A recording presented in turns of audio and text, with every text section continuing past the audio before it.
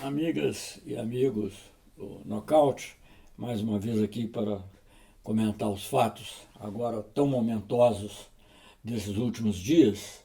E encontrei aqui no escritório do Fernando Moraes uma pequena estátua do Papa Francisco e resolvi colocá-la aqui ao meu lado. Por quê?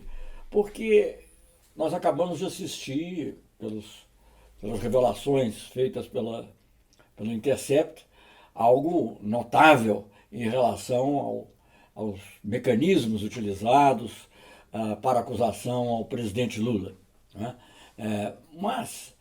Conceitualmente, o Papa Francisco já havia definido isso numa homilia que fez o ano passado, acho que em abril ou maio, um pouco antes da visita que eu tive o prazer de fazer, juntamente com hoje candidato à presidência na Argentina, Alberto Fernandes, e também Carlos Ominami, meu amigo nosso, em que falamos muito do que estava acontecendo com, com o presidente Lula, as acusações, e o Papa já tinha antes feito uma descrição mais ou menos genérica do que eles chamavam um novo tipo de golpe, que era o golpe dado pela mídia com o auxílio da justiça. Agora, mais recentemente, há 10 dias atrás, 2 semanas no máximo, acho que 10 dias atrás, o Papa falou para um grupo de juízes das Américas, todas as Américas, América Latina, Estados Unidos e Canadá.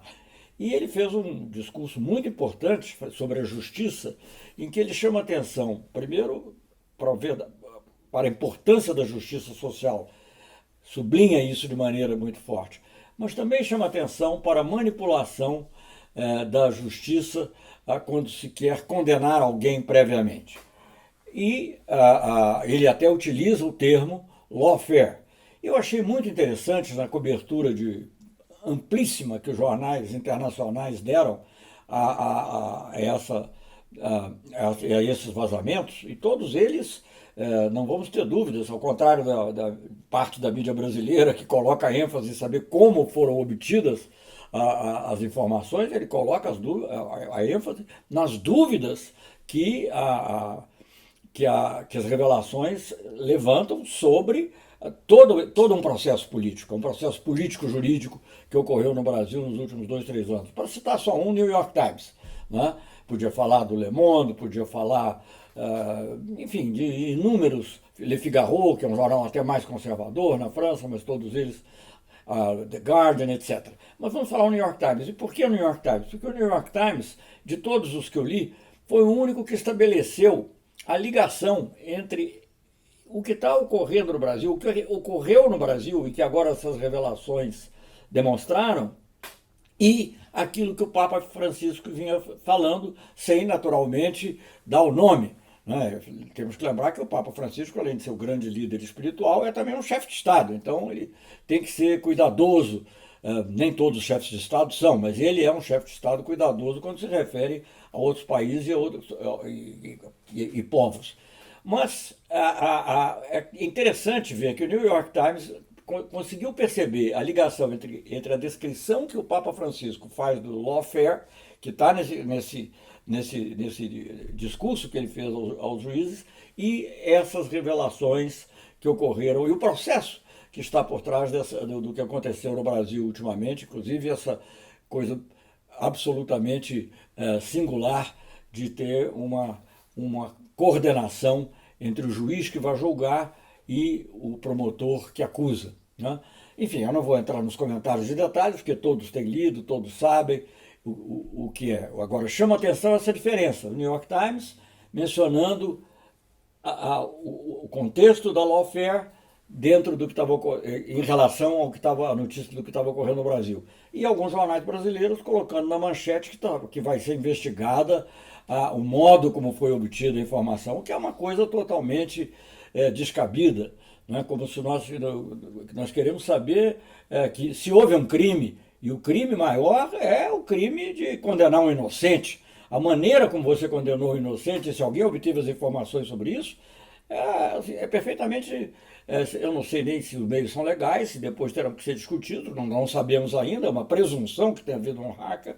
Curiosamente, Curiosamente, o ministro Moro denunciou um hacker dias antes, né? Quer dizer, parece que ele estava adivinhando que ia sair alguma coisa sobre ele, então já para botar a culpa no hacker. Mas o hacker não inventou. E o fato é que as revelações são todas elas muito impressionantes do ponto de vista ético, mas em alguns casos também do ponto de vista legal, inclusive com sugestões de pessoas que poderiam participar de delação, com sugestão de mudança de ordem nas fases da Lava Jato, né? E tudo isso, obviamente, é muito mais importante do que a maneira como foram obtidas as informações, sem desfazer do fato de que isso também, eventualmente, possa ser objeto de alguma investigação. Mas, enfim, então isso é uma coisa que chama atenção. E o New York Times, que é de um país que não é predominantemente católico, mas onde a Igreja Católica tem também sua influência, lembra essa visão, eu não vou dizer profética, mas essa capacidade de análise e de síntese, de análise porque percebe os fatos, e de síntese porque colocou em poucas palavras, do Papa Francisco em ver o que está ocorrendo na América do Sul, na América Latina.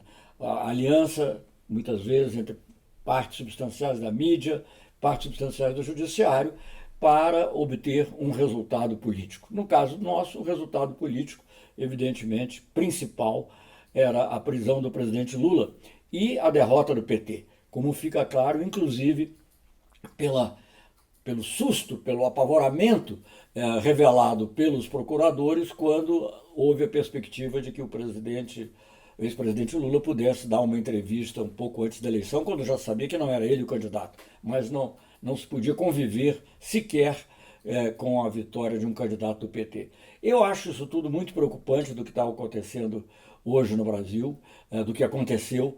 Agora, a revelação em si é uma coisa positiva.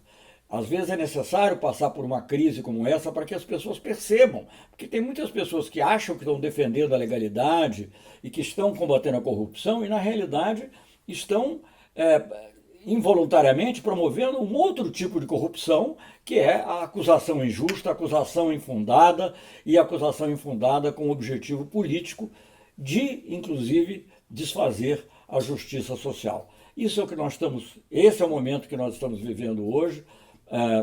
Enquanto eu estou aqui gravando essa fala, deve estar começando uma sessão do Supremo, não sei o que ocorrerá hoje, é muito difícil fazer previsão, claro, gostaria muito que o resultado fosse a liberdade imediata do presidente Lula, mas eu acho que houve uma mudança, nós demos uma volta, nós chegamos a um ponto e atravessamos, digamos assim, o cume dessa montanha, e agora vamos para uma outra vertente, porque se a mentira, como aliás costuma dizer o presidente Lula, vai gerando outras mentiras, e é verdade, a verdade também ela é imparável. Como disse o próprio Papa, a verdade vencerá a mentira.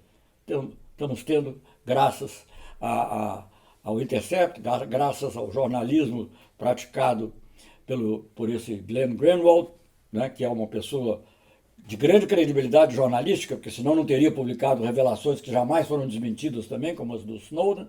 Então nós estamos dando, graças a esse espaço, estamos dando uma volta pelo cimo dessa montanha, essa árdua subida, e quem sabe agora vamos ter uma boa caminhada já mais tranquila em direção à verdade. É importante que todas as forças no Brasil se unam em torno desse objetivo, a verdade.